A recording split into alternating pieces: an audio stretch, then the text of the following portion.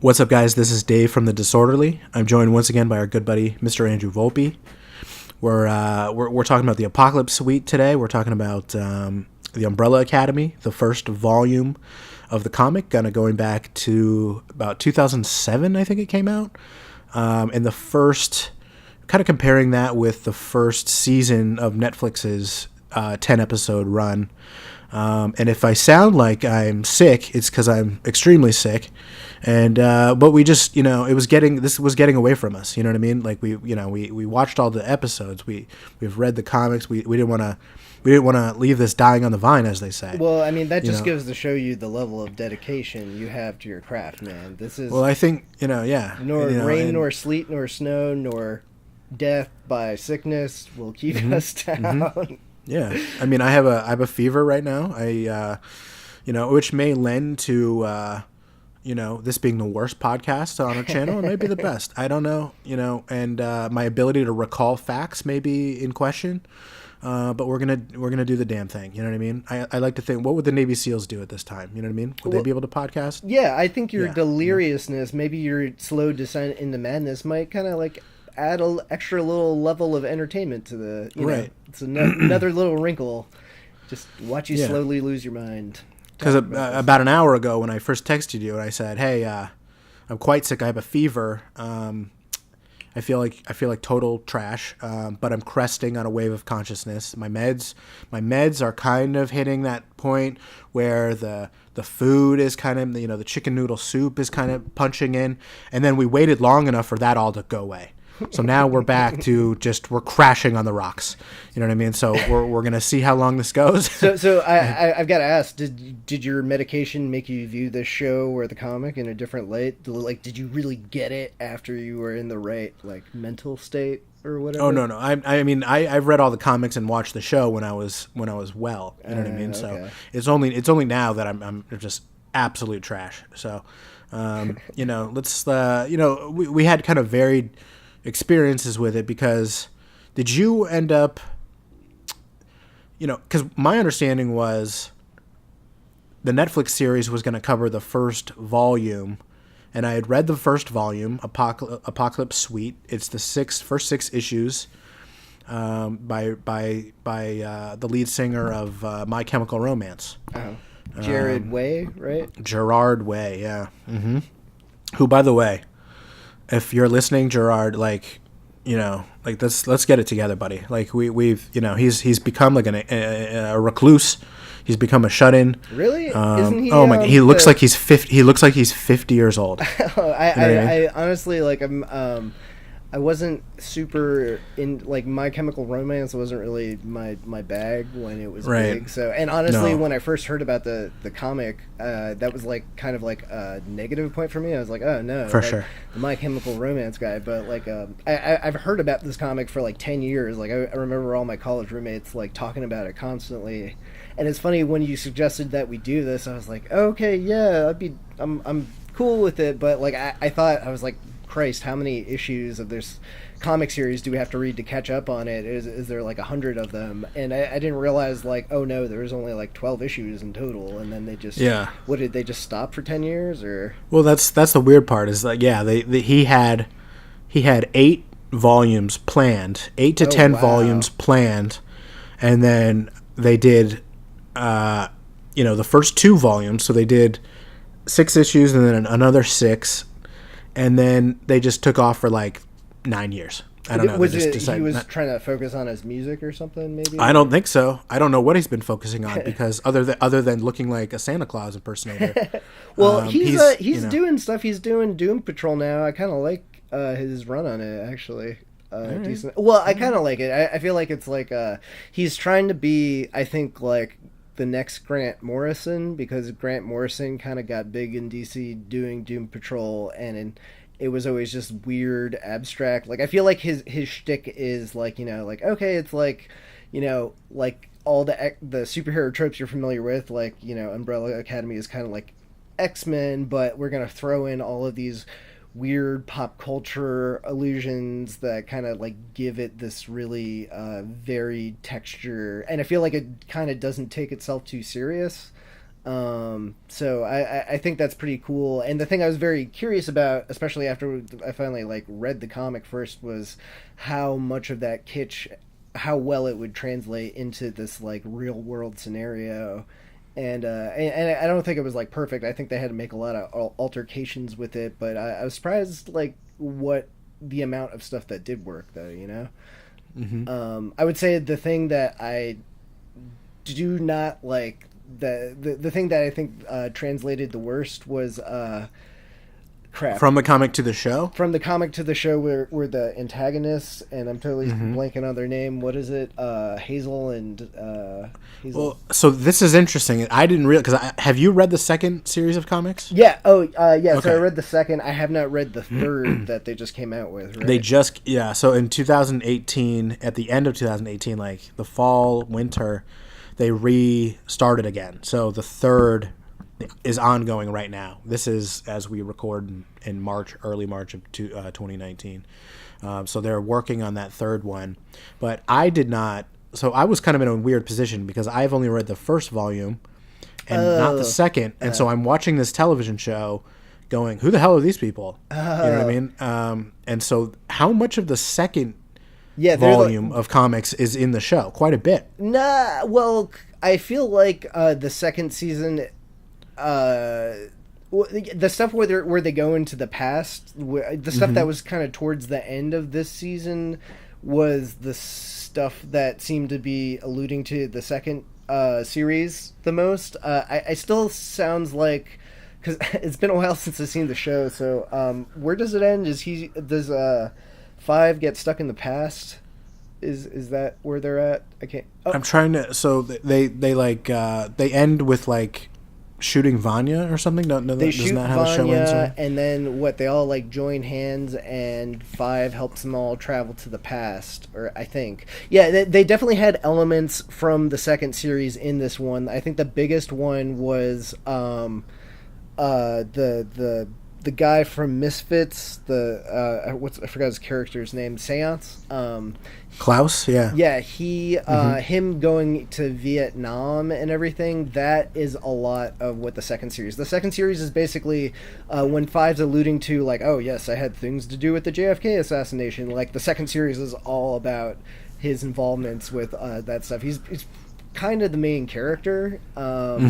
And it's a great story. It like ties together a lot of stuff, and it's so weird because it really does feel like, you know, part 2 of a 10-part series. Like you know, the whole series, and I don't know if it was the intent or not. I think one of the allures of it is it kind of hints at all of this different mythology. It kind of like lays the breadcrumbs for them, and it kind of doesn't like pick up on any of it. Like you kind of assume there's probably like, you know, 200 issues of the Umbrella Academy where you can like see all this stuff develop, but you just don't get to see it.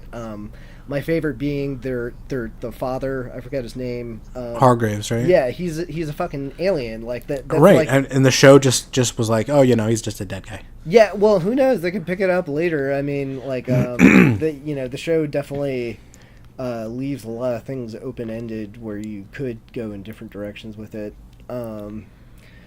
But the show was just all over the place for me. Yeah, like what? You know, did you end up like that's the thing is like I wasn't super enamored with it by the end. It was more just like, oh hey, like I had pretty low expectations going into it, so maybe that just the absolute lowest for me. You know what I mean? Just.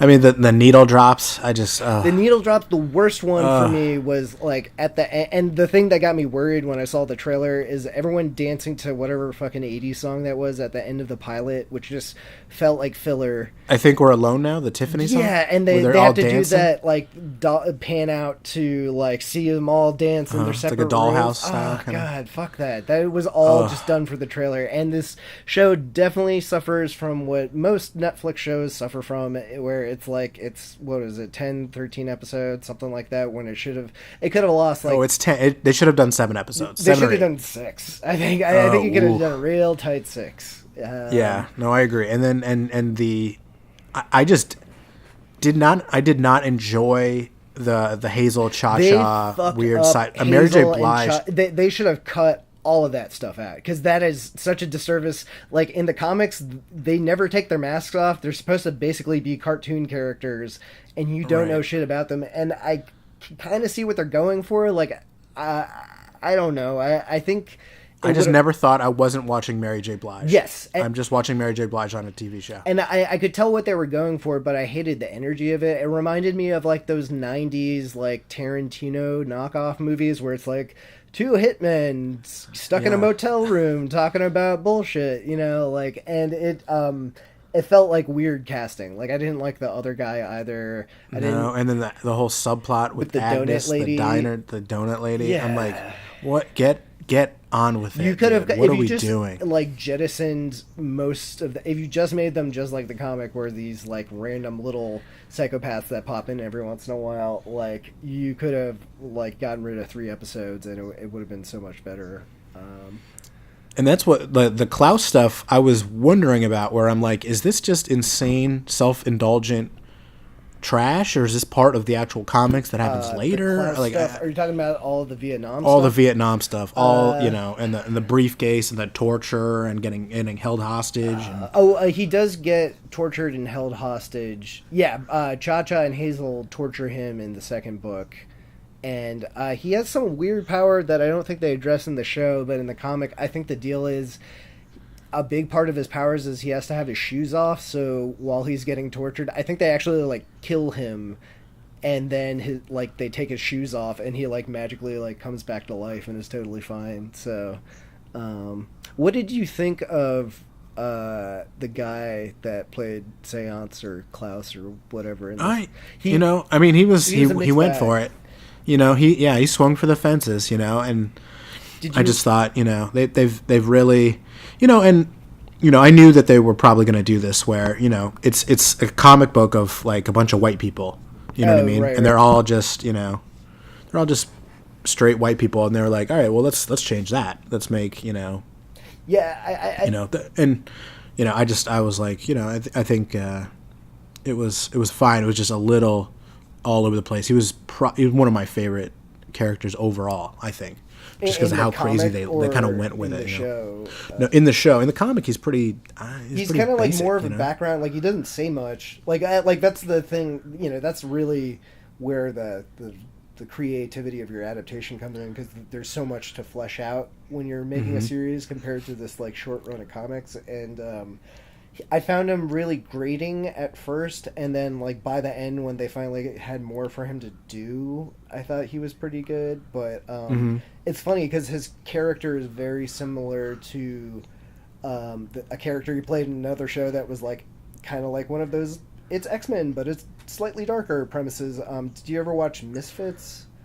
No. It was this this British show from like 10 years ago, and it's basically a bunch of kids get powers from like some weird electrical storm, and they're all probation kids, so they're all like scrubbing spray paint off of things, but they also have random powers and they get into trouble. And his character is like very similar. He's kind of like the shit talking dude that you know, has too much energy and is always drunk or something like that. So, and I think he's like a rock star without being a rock star, sort of. Yeah, and I think the funny thing is he kind of left that show early to go pursue a more illustrious acting career, and I think it's funny that 10 years later he still kind of ends up doing the exact same thing. You know, yeah. Such is the way of the industry these days, I guess. Yeah, he's the Katherine Heigl of you know. Man, that's a insult. The weirdest. Oh yeah, for sure. Let's see what else we got here. You know, they talked about you know, just kind of smearing in the 2 volumes and you know, just the little changes. Did you notice any little changes? Just you know, just even little things like is the kind of female detective that is kind of Diego's love interest, is she in the books later? Not because not at all. Okay, so because remember in the comics, it's an old dude, man, just an old white dude. They were like, yeah, let's get rid of him. Lupo, I think, right? Yeah, Detective Lupo. Lupo? Yeah. Yeah, let's get him on out of there. You know he's what I mean? like barely, you know, he's another thing where he's like an element of the comics, but it's so clearly a like, hey, this is our Commissioner Gordon illusion he's barely given any character development. He's kind of more there for like just dialogue or filling in narration and stuff like that. But I wasn't super nuts about that plot in the show. That's another thing that felt like, okay, I could deal with like an episode. It's just useless. It just felt like useless. It was dragged out so long, and I didn't hate, like, I liked most of the casting for the most part. I don't think there was anyone that was like too super terrible in it. I will say Ellen Page, like, I think her character is like she plays the pathetic so well, it just still, like, it's hard to watch her sometimes. Like, it was brutal. The first couple episodes, I was like, she's wearing a giant oversized man shirt and just moping around. And she looks so awkward when she's like dancing to I Think We're Alone Now. Like, it's so sad looking. Like, she's like the weird little girl in middle school or something like that. But she's 30 something, she's totally like the Meg of the family. Like, I love, like, the thing I like about the comics is, like, she's technically the villain, but like her storyline is the most sympathetic. Like, everyone's a fucking dick to her whole life, and then kind of by accident she becomes this tool of this guy that's trying to ruin the world. And at the end of the first comic series, she gets lobotomized pretty much. But like, no one's really sympathetic to her ever. Like, even the heroes are kind of like, well, fuck her at the end. I think the show tries to show her a little bit more. I thought the show did a much better job of kind of developing her as sort of a villain, but then at the end you don't really believe that she's really a villain because she slashes Allison's throat, and then it's like, oh, I didn't mean to do that. I mean, I liked the turn in the comic better. Yeah. How she just goes. Yeah, you know what I mean. And then this one, I never bought it in the show. Ellen Page is like, they put the contact lenses in her. Yeah, and she looked way too much like, ooh, I'm going to a goth party. Like. Yeah, it was just I was getting like, is it X3? Yes. Phoenix vibes or Dark Phoenix, which is so funny. Like, it's like she's been promoted from Shadowcat to Phoenix level in X-Men. But, she, I liked her plot for the most part. I thought the romance with her and a weird New York guy from Overlord was where I was like, oh my god, he's not in Band of Brothers, is he? He's not, too young. But he seems but he like would have been perfect. Like, right? It's like almost like they have like a cloning shack full of that guy with the weird I know. New York where do they find these guys? Because I thought he was like way older. I was like, oh yeah, that dude's been in movies for years. But it's like, no, he's been in movies for like the last 3 years. But he's actually 14 years old. Yeah, probably. But yeah, I was like, where did I recognize this guy from? And he's so unlikable, kind of that Jersey, New York, Brooklyn kind of like ski, like, weird, just brutal just Italian from the kind streets, of, hey, I'm walking here, but like in a kind of more friendly way, like But he did a good job of, like, as soon as he comes in, something's not on the up and up with this guy. Definitely, I liked that whole story though about how he was kind of abused, and his dad, he wanted to be special, he wanted to be part of them, and then Hargraves's dickness in the show is through the roof compared to the book, I thought. He's still a pretty big dick. He sounds like a pretty irredeemable character in both of them, but but I like the super fan element of it. It kind of reminded me of The Incredibles, like the bad guy in that was the same sort of thing, like the super fan. I've never seen it. Oh man, The Incredibles it's so many analogs to it. Never seen it. But and I liked that they had the little elements of, like, the Umbrella Academy had their own comics and like merchandise and stuff like that they kind of allude to but don't really go that in depth about. It was very weird to me. And that was kind of like one of my gripes with Spider-Verse was kind of like that too, where it's like, but there's Spider-Man toys and costumes, but I'm Spider-Man, and I was like, just have him be Just have him be Spider-Man. Well, that automatically like raises the question: does Spider-Man get a cut of that, or is that like does he have a copyright it's unlicensed, on Spider-Man? You know what I mean? Yeah, I mean he's probably dudes making all sorts of like Spider-Man knockoff things. It's like YOLO. He's gonna regret not copywriting that right away. Yep. Well, did you? I was pretty upset. I don't. It's like one of those things. It's a dumb complaint, but Space Boy's whole monkey body thing. Oh yeah, it looks just him wearing the clothes the whole time. Yeah. And, I mean, I was expecting. I don't know how you it to film be it. like, I don't know what you do. But. I was expecting it to be like I will say to the show's credit, they showed the monkey body more than I was expecting, because that was the thing, especially when like I heard the show was coming out. I was like, I wonder what they're gonna do about the monkey body, and I was expecting it to be like they show it once and then he's in the fucking coat the whole time, but they at least make some effort. It shows up like what 3 or 4 times for decently long sequences, because he goes raving, right? Yeah, in the monkey bodysuit, kind of weird, but I kind of liked it, I guess. It was dumb, but it was kind of funny. Oh, and the thing I liked too was Pogo, because like you notice how like in the entire show Pogo is like a great character to digitally animate for the show, because he shows up for like 2 minutes every episode, doesn't move much, and then you kill him off by the last episode, so you don't have to worry about animating him. He's like the perfect like I can do that on a budget type of well, I was devastated if they were gonna do him like they do in the book. I totally wish he did. I like that's the thing I love in the comic. The comic is a little bit harsher to its characters. Oh yeah, and I kind of I missed that edginess. I feel like that was one of the things that made it a little cooler or whatever.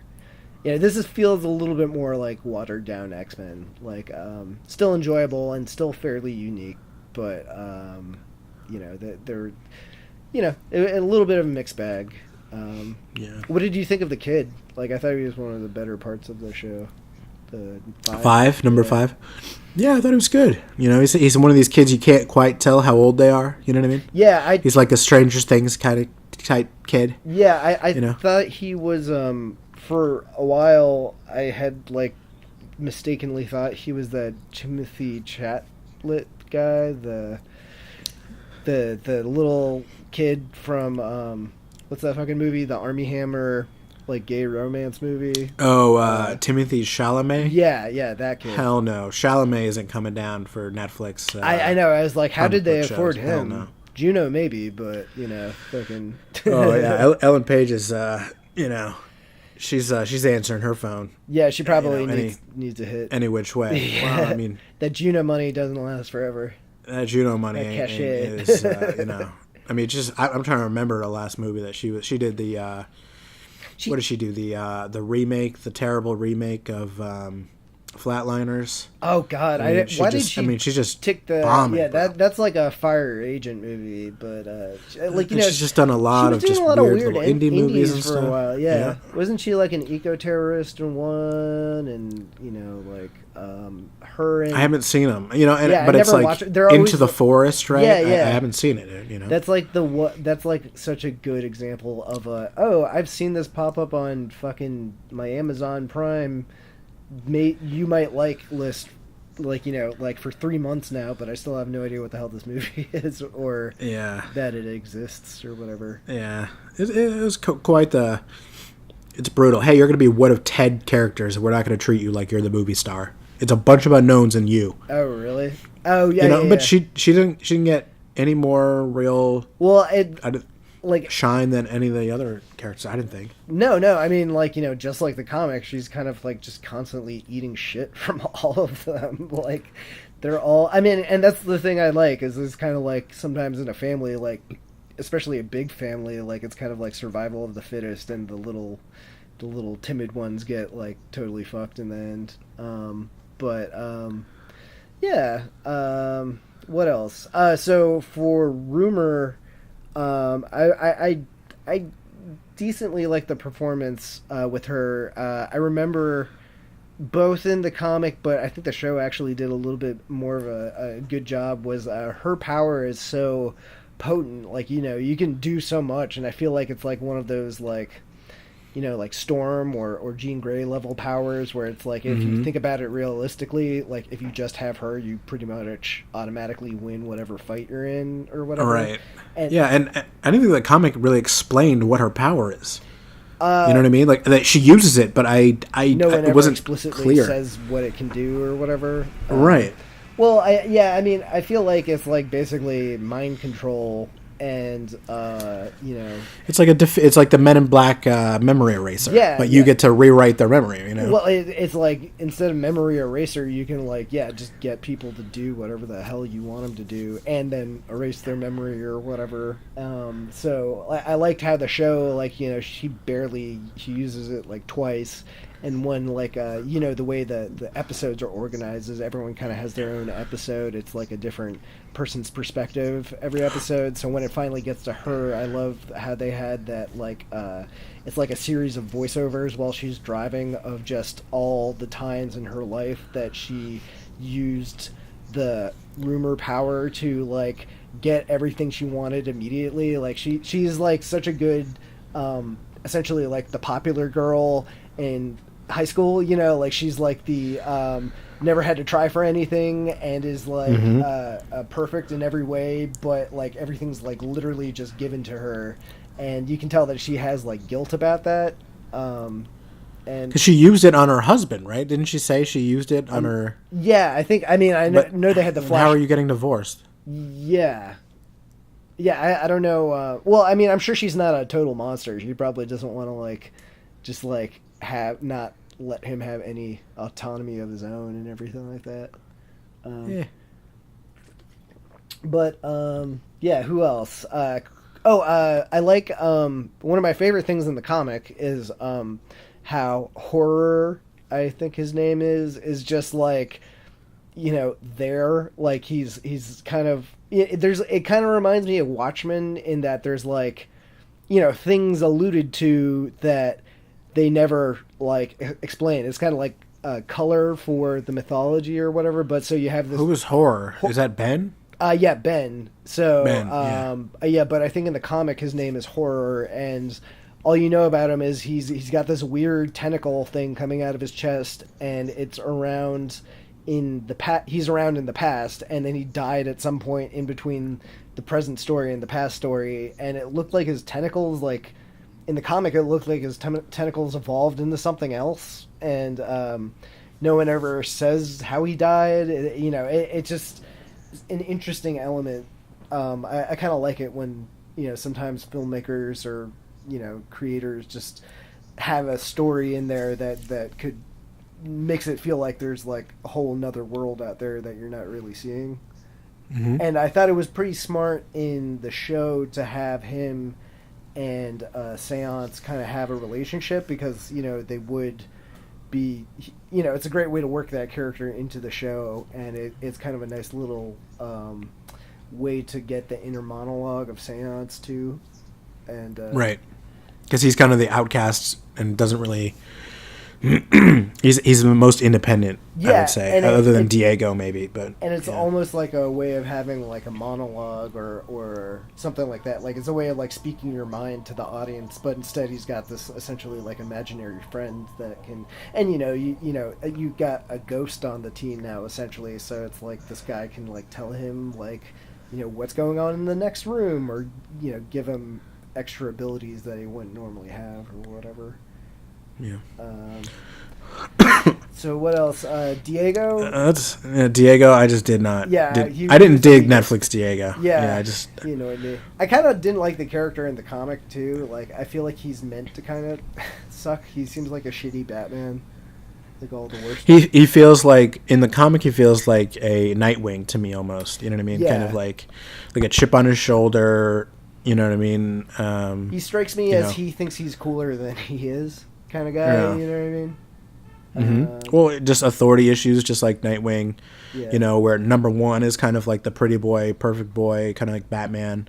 And they just have different methods of how to, solve problems, and right. And the space boy versus, Spaceboy is the fucking Cyclops to me in my book. He's the, like, by the book. It's basically like Cyclops, but if he, like, because he followed the book so closely and was trying to, like, be his pleasing to his dad, like, it totally screwed him. Well, yeah. I mean, if you're gonna be marooned on the goddamn moon by yourself, trapped in a monkey body, you know, you're willing to go above and beyond. Well, yeah, and then you find out that you were doing that essentially because your fucking asshole dad didn't want to look at you. Like, yeah, good times. Pretty sad. And on top of that, like, you know, the thing I like, you know, both the comic and the show seem to touch on it a little bit, is that he's essentially, like, eternally, like, childlike, kind of, like, you know, I think, isn't the girl he hooks up with in the club, like, the first person he's had sex with or something like that? He's been on the goddamn moon. Yeah, he's been on the moon, and he's a monkey, you know. He spent his prime in a monkey body on the goddamn moon. Yeah, he's, you know. I'm sure. Ain't a lot of fish in that sea, you know what I mean? Yeah. So that, you know, but I you know, I did think that was pretty funny, you know what I mean? Yeah. Just, that this girl was like, yeah, no, I'm fine with it. Yeah, it's cool. Just don't, you might want to call your OBGYN. You might have some some weird diseases. Yeah, no, and you know, I think that's a good place to end on. You know what I mean? Gorilla sex, interspecies gorilla sex. Yeah, I mean, that's just going to be all explored in the second season, I think. So. I hope so. Yeah. You know what I mean? Because I want to know where that goes. Yeah, I mean, that's the question on everyone's mind, really. Yeah, yeah. Well, you know, anything else? Kind of, you know, we're leading into, I don't know, in a year from now we'll have the second season probably. I don't know. They haven't officially said anything. I feel like they'll I don't. I mean, I don't know. Season. You think so? I feel like this show's got enough juice to at least get one more. You know, usually, like, even like something weird like Sense8 got a second season. Like, usually Netflix got enough money to burn to. That's true. You know, I forget how rich they are. Yeah, like so long as it's not an abject failure, and I feel like enough people are talking about this that it's, you know, I wouldn't call it like a, you know, it's not Star Wars or whatever, but it's a fairly decent, you know, triple. Something like that. Yeah. So we'll see how it goes, you know, and you know, we'll be back. You know. Yeah, I'm still interested in that Doom Patrol show they're coming out with. Oh my god! Interesting. It looks weird as shit though. I don't know, the Brendan Fraser robot. Well, do you have DC All Access or whatever? No, it's CBS All. I am so poor at the moment that I cannot justify any streaming subscriptions. But one of these days, because I always did like that comic back in the day, and the show sounds like it's pretty close to it. I'd definitely like to. I'd like to at least like check out what this new crop of DC shows is. I'm curious about it, but I'll have to check it out to see if I'll love it or hate it or not. Yeah, we're getting to the peak streaming where you're gonna have 18 different subscriptions to see all this nonsense. I can't do it anymore. Subscription boxes and streaming services are going to put me in the poorhouse. So done with it all. Yeah, and it's just wild. It's like, oh, you know what? Yeah, CBS All Access. What you got? You got 3 shows. You know what I mean? Well, why did they have to do that to the Twilight Zone? That show actually, that's the one show I actually care about. And like CBS is kidding itself. Who is? No, but the next one is going to be Warner. Warner's going to have one where they're just going to put Friends. So like Friends is going to be on like an island. Well, you know, good. Or it's like it's only on TBS and then it's on Warner's streaming service. They can keep their damn Friends for all I care. There you go. Yeah, I mean, it's just we're going to be in this like nonsense world of just, all right. Well, Seinfeld is on, you know, NBC Universal streaming or like it's just going to be a nightmare. This is why. You know, it will drive more people to the Pirate Bay and everything like that. Yeah. I feel like it's a pirate's delight. It's a pirate's dream out there. You know what I mean? Like the old Snoop Dogg song goes, "Pirates, you know, pirate's delight." You know, arg matey, and they're gonna sail the 7 seas. You know what I mean? You're gonna find friends on the pirate island. You know, what else? What else we got? You know, we our next in the series, we're gonna do Pet Sematary. Yeah, that'll be in like a month, right? Yeah. So I'm gonna rewatch the horrible '89. Is it '90 or '89 movie? Yeah, I think it was '89. I could be, because ironically, I think that is going to be more faithful to the actual book. Really? So it's because are they changing the it major, that much from the? Well, oh, absolutely. And it's been out there. They're changing the major plot twist kind of. Really? The new movie the whole coming crux out. of the book / right, movie. and I don't want to get too much into it here. Okay. Just in case everyone's getting into it, but it's been controversial. To the point Stephen King had to come out and stoop for it, saying that no, I'm perfectly fine with the major Stephen King has come out and said that he doesn't really like that book that much though. He says it's his least favorite and most scary book. Yeah, or something. I think it's a little too close. He tends to not be the most cagey about the stories that seem to be most closely based on his actual life. This one sounds, because just from reading the foreword and the prologue and interviews, and it seems pretty goddamn. He basically just spent a summer living the exact same thing. Yeah, this is one of those parents' worst case scenario nightmares, plus a little bit of resurrecting the dead. Right. Being in there. So I think he lived the story of Pet Sematary right up until his unborn child or his dead kid is clawing its way back out of the goddamn shallow grave. Yeah, you know what I mean? In some kind of Indian cemetery. Right before the Achilles tendon. Right up to that. Yeah, exactly. Right up until that Achilles get the old slash. The old Achilles tendon. So I'm gonna at least I have a copy. I'll totally give that a rewatch. As we had said, we had been texting each other. I think I've read that book. I said I read it at some point, and thinking back, I think it was maybe in college, so it was probably a while ago. But I still recall it pretty well, and I feel like given the movie, and they made Pet Sematary too. That is.